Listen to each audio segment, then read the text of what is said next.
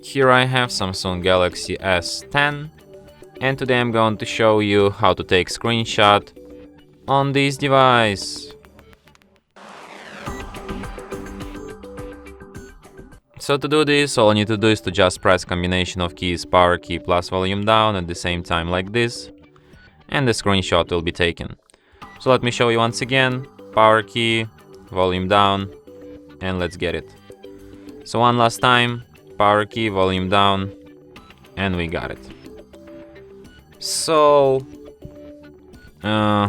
you can find your screenshots in gallery, then in the special album called screenshots, and here they are. From here you can favorite, edit, share, delete your screenshots, and perform other actions from this list. And that's it.